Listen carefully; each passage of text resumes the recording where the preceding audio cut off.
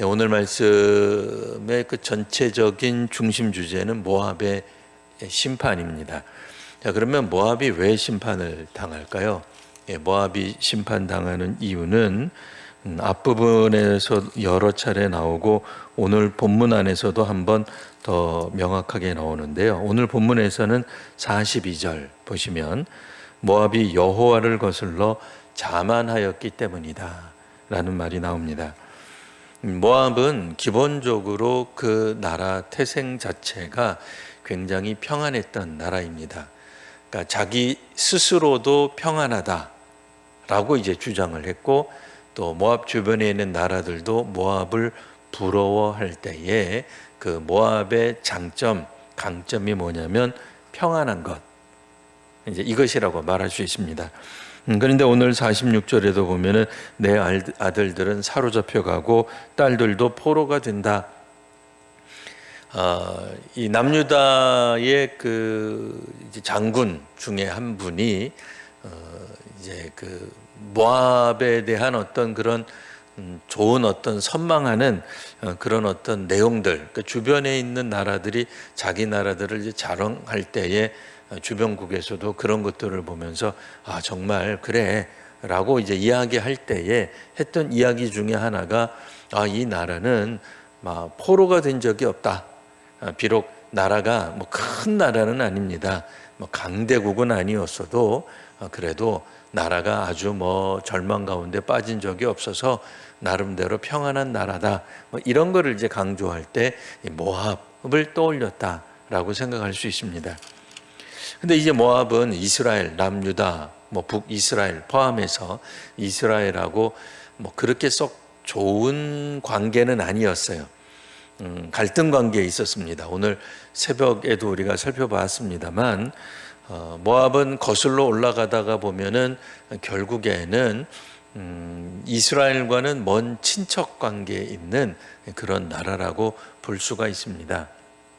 그런데 이스라엘이 히브리 민족 시절에 가나안에 정착하게 될 때 참 그 방해를 많이 했던 민족이 모압 민족입니다. 오죽하면 이 발락이라고 하는 모압 왕은 발람이라고 하는 이제 주술사죠. 메소포타미아 지역, 고대 근동 지역에서 굉장히 유명했던 주술사 발람을 불러다가 히브리 민족을 저주하려고까지 했던, 참 어떻게 보면은 굉장히 그 나쁜 관계에 있었다라고 말을 할 수가 있습니다. 근데 거슬러 올라가면 모압 족속의 그 조상이 누구예요? 아브라함의 이제 조카와 연관 있는 그런 측면에서 생각해 보면은 굉장히 가까운 친척지간이라고 말을 할 수 있는데, 가까운 나라들일수록 원수지간이다라는 생각을 해보게 됩니다. 오늘날에는 먼 친척보다는 그냥 이웃이 사촌이다라는 말도 있긴 합니다만, 오늘날에는 층간소음 때문에, 뭐 주차 문제 때문에, 가까이 살고 있는 어떤 이웃 때문에 문제가 생기곤 합니다. 그래서 그 이웃이 갑자기 뭐 찾아와서 뭐 해코지를 하거나 뭐 이런 일들 때문에 큰 사건 사고가 일어나기도 하죠. 나라들 사이에서도 가까운 나라들일수록 적대국일 가능성이 많습니다.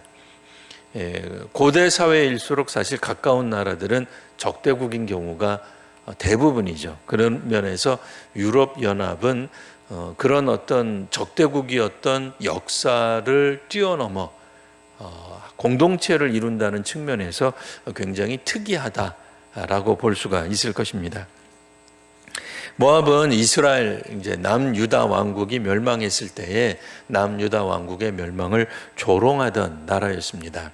남이 잘 되는 거 못 보죠. 우리도 주변에서 누군가가 땅을 사면 배가 아픕니다. 망하면 그렇게 참 고소하고 좋을 수가 없어요. 이제 그런 측면에서 보면 모압은 이웃이 땅 사는 것을 이제 즐거운 마음으로 축하해 줄 수 없는 뭐 현대 우리와 유사한 측면이 있다라고도 말할 수 있습니다. 모압이 멸망하게 된 이유는 그래서 성경에서 교만이라고 나오는데요. 오늘 우리가 지금 읽은 본문은 아니지만 앞부분에 나와 있는 26절에도 보면 여호와에 대하여 교만했다. 근데 그들이 하나님을 향하여서 직접 교만을 행한 것은 별로 없습니다. 그들이 행한 교만은 궁극적으로 27절 이스라엘을 조롱한 일이죠. 그러니까 하나님의 백성이라고 불리우는, 하나님이 하시는, 하나님이 이끄시는 백성에 대한 조롱이 곧 여호와에 대한 교만이다 라고 이야기를 하는 겁니다.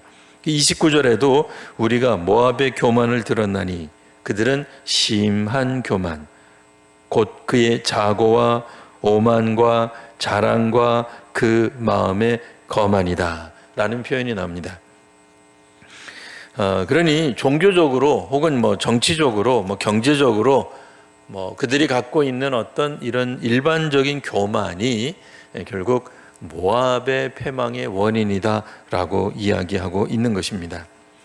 그래서 모압이 그동안에는 한 번도 포로로 잡혀간 적이 없지만 이번에 바벨론에 의해서 멸망당할 때 그들도 멸망당하는 모습을 보여지게 될 것이다 라는 말입니다.